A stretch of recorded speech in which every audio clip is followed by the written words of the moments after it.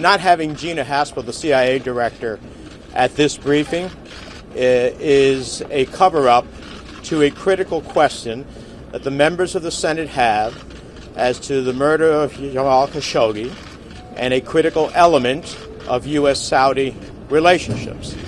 It's outrageous that the Senate can be stonewalled from hearing from the CIA director.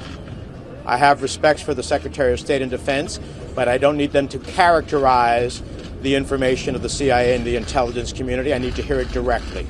Because Gina Haspel, if all of the accounts are true, would have said with a high degree of confidence that, in fact, the Crown Prince of Saudi Arabia was involved in the murder of Jamal Khashoggi, a United States permanent resident and a journalist. I understand the strategic relationship between us and Saudi Arabia, but I'm not going to blow past this. So if that briefing is not given soon, it's going to be hard for me to vote for any spending bill. The reports were that the CIA director was prevented from coming here today. Well, then they're going to have a hard time getting me to vote for us to move forward.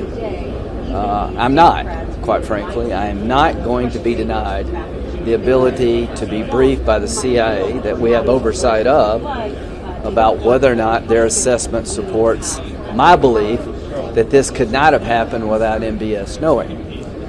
And if the briefing reinforces the conclusion that I already have tentatively formed, then there will be no more business as usual with Saudi Arabia.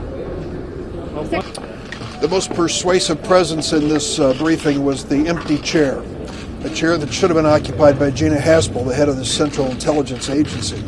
We were told in this briefing that it was the direction of the White House that she not attend. I cannot recall a briefing on such a sensitive measure where we have been denied access to the intelligence agencies of the United States. As a consequence, much of the testimony was interesting but not persuasive.